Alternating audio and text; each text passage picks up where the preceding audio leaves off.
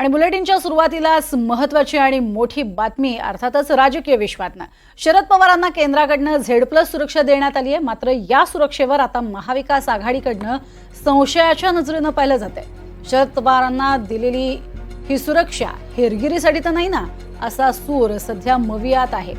दरम्यान शरद पवारांनी सुद्धा केंद्राकडनं मिळणाऱ्या सुरक्षेवर प्रश्नचिन्ह उपस्थित केलं होतं।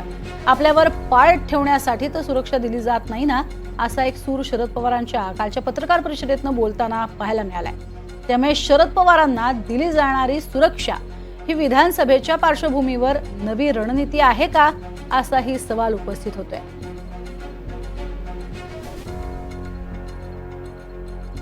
मला काही माहिती नाही। काल माझ्याकडे सेन्सर म्हणूनचे एक गृह खात्याचे अधिकारी आहेत आणि त्यांनी सांगितलं की देशामध्ये 3 लोकांच्या संबंधीचा निर्णय केंद्राने सुद्धा घेतला। त्याच्यात तुझ्या जर 3 म्हणजे 82 कोण त्याचे नाव सांगितलं भागवत हे आदिशिस्त प्रमुख आहेत, त्यांचं एक नाव सांगितलं आणि देशाचे गृहमंत्री आणि भागवत त्यांचं तिसरं नाव माझं। हे कशासाठी हे मला माहिती नाही। तर कोण कुठे जातं त्याची माहिती केंद्र आणि राज्य सरकारला हवी असते आणि त्या पद्धतीनं केंद्र सरकार हे पुरवू शकतं। पवार साहेब काल त्यावरती बोललेले आहेत आणि ते योग्य निर्णय घेतील असं म्हणत रोहित पवारांनी मात्र चांगलीच टीका केली आहे। पण आणि महाराष्ट्राच्या बाहेर सुद्धा जेव्हा अशा पद्धतीने काही सिक्युरिटी दिली जाते व कोण कोणाला भेटतंय, कसं भेटतंय, कुठे जातात याबद्दलची माहिती ही केंद्राला पुरवली जाऊ शकते, नाहीतर राज्याला पुरवली जाऊ शकते। आता थ्रेट परसेप्शन जर काय असेल तर तो पवार साहेबांना त्यांनी सांगितलं असेल आणि त्याबद्दल पवार साहेबांचं जर असहमत असतील तर मग नक्कीच याच्यामध्ये राजकारण असू शकतं। आणि जर थ्रेट परसेप्शन खरं असेल तर मग पवारसाहेब त्या बाबतीत जो योग्य निर्णय घेतील। पण काल पवारसाहेबांनी जर याचं वक्तव्य केलं असेल तर मग नक्कीच पवारसाहेबांचं म्हणणं हे योग्यच असेल असं वाटतं।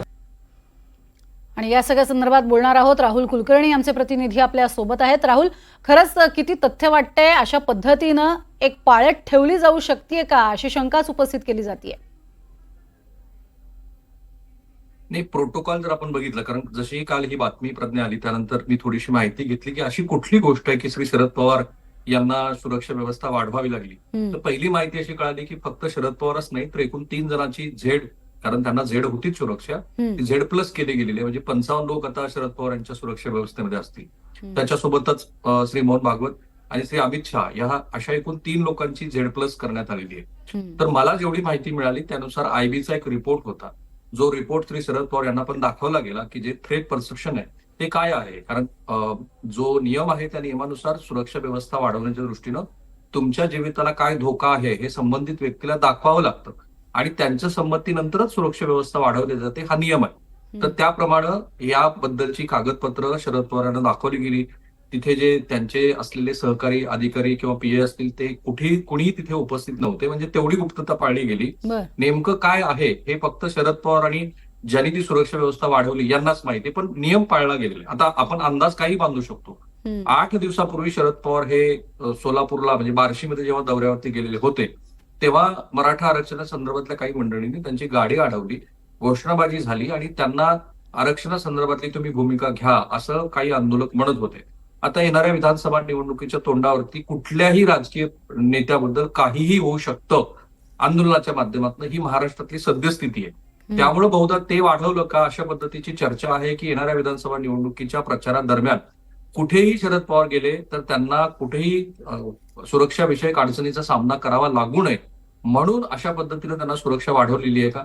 सो मुद्दा एक की त्यांना या सुरक्षा व्यवस्था अपग्रेडेशन बद्दल पूर्ण माहिती आहे की का वाढवली। दुसरा मुद्दा असा की 8 दिवसापूर्वी घटना घडलेली आहे। तिसरा मुद्दा असा की येणाऱ्या विधानसभा निवडणुका ह्या अत्यंत तोंडावरती आहेत आणि म्हणून ज्या मंडळींना सुरक्षा देणं गरजेचं आहे त्यापैकी ते त्यांना दिलेलं आहे। काल सुद्धा नवी मुंबईमध्ये माध्यमाशी बोलत असताना शरद पवार स्वतः असं म्हणाले की त्यांना ह्या संदर्भातली कल्पना दिलेली आहे, पण ती का वाढवली हे त्यांनी सांगितलं नाही। जे दीर्घकाळ केंद्रीय मंत्री राहिले त्यांना माहिती आहे की जी गोष्ट गुप्त असते ती गुप्त ठेवायची असते। आता पॉलिटिकल नेरेटिव्ह बद्दल ते त्यांच्याच बाजूने आलेलं असल्यामुळं महाविकास आघाडीतनं अशा पद्धतीचे नेरेटिव्ह येणं साहजिक आहे, कारण निवडणुकीच्या अनुषंगाने कुठलाही मुद्दा राजकीय दृष्ट्या आपल्या सोयीचा होत असेल तर ते तशा पद्धतीचे प्रश्न उपस्थित करतील. रोहित पवार हे सुद्धा जाता जाता तेवढंच बोलून गेलेत की राज्य आणि केंद्र पातळीवरती जेव्हा हे नेते फिरत असतात त्यावेळेला ते कुठे आहेत वगैरे त्याची माहिती मिळावी म्हणून ते केलंय का. खरं तर अशी माहिती मिळवण्याची साधनं अनेक उपलब्ध असतात. एवढीच आता माहिती आहे की आयबीचा एक गुप्त अहवाल होता की ज्या गुप्त अहवालाच्या आधारावरती शरद पवार यांची सिक्युरिटी वाढवण्यात आलेली आहे. अगदी येत्या काळातल्या निवडणुका लक्षात घेत जो उल्लेख केलेला आहे की पाळत ठेवणं, आता पाळत ठेवण्यासाठी अनेक तुम्ही जसं उल्लेख केलात की उपाय आहेतच आणि त्यासाठी एवढी मोठी सुरक्षा व्यवस्था कामाला लावण्याची काही तशी फारशी गरज आहे असं वाटत नाही.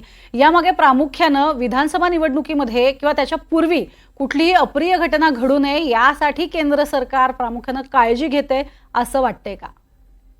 बघा, काल टाइम्स ऑफ इंडियामध्ये एक बातमी आली की दाऊद इब्राहिम यांनी मुंबई बॉम्बस्फोटातले जे साक्षीदार होते त्यांना धमक्या दिल्या आणि म्हणून त्या बातमीमध्ये म्हटलं आहे की त्या मंडळींना सुरक्षा व्यवस्था वाढवण्यात आली आहे, नव्याने पुरवण्यात आलेली आहे. आपण फक्त अंदाज लावू शकतो की शरद पवार साहेबांची जी सुरक्षा व्यवस्था वाढवलेली आहे ती वाढवण्यामागची कारणं काय. आयबीचा रिपोर्ट कोणीही डिस्क्लोज करणार नाही. बातमी हीच आहे की त्यांना सुरक्षा व्यवस्था वाढवत असताना त्यांचं जे थ्रेट परसेप्शन आहे हे काय आहे याची पूर्ण त्यांना कल्पना देण्यात आलेली आहे. आणि जो नियम आहे तो नियम मी आधीही सांगितला की थ्रेट परसेप्शन माहीत झाल्याशिवाय त्यांची संमती घेतल्याशिवाय त्यांना सुरक्षा व्यवस्था वाढवता येत नाही.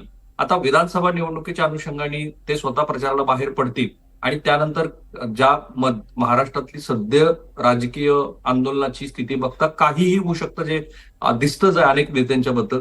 तोही विचार कदाचित सरकारनं केलेला असू शकतो, पण आपण एवढंच म्हणू शकतो की आयबीच्या एका अहवालावरती आधारित असलेली ही सुरक्षा व्यवस्थेमध्ये पेगासिस सारखं प्रकरण घडलं की नेत्यांच्या फोन कॉलमध्ये एक बग सोडण्यात आलेला होता आणि त्यातनं सर्व्हिलन्स झालं, जे सुप्रीम कोर्टात प्रकरण गेलं आणि तिथे सुद्धा सुप्रीम कोर्टामध्ये एक बंद लिफाफ्यामध्ये अहवाल दिला की जे देशाच्या सुरक्षा संदर्भातली गोष्ट होती. सर्व्हिलन्स नेत्यांचं झालं की नाही याबद्दलची माहिती नाहीये, पण केंद्र सरकारवरती या अनुषंगाने बरेच प्रश्न उपस्थित तेव्हाही केले गेले होते. नेत्यावरती पाळत ठेवण्याची परंपरा ही या देशामध्ये गेली 3-4 दशकं आहे, त्यामुळे नवीन काही गोष्ट नाहीये. पण आता जी सुरक्षा व्यवस्था वाढवलेली आहे त्याच्यामध्ये 55 मंडळी असतील जी 24/7 शरद पवारांच्या सुरक्षा व्यवस्थेमध्ये तैनात असतील. नक्कीच तुर्तास धन्यवाद या संपूर्ण माहितीसाठी. कडेकोट अशा स्वरूपाची ही सुरक्षा असणार आहे आणि त्यासाठीची नियमावली ही स्वतः शरद पवार यांना समजावून सांगण्यात आलेली आहे आणि ते स्वतः अर्थातच त्यापासून ज्ञात आहेतच.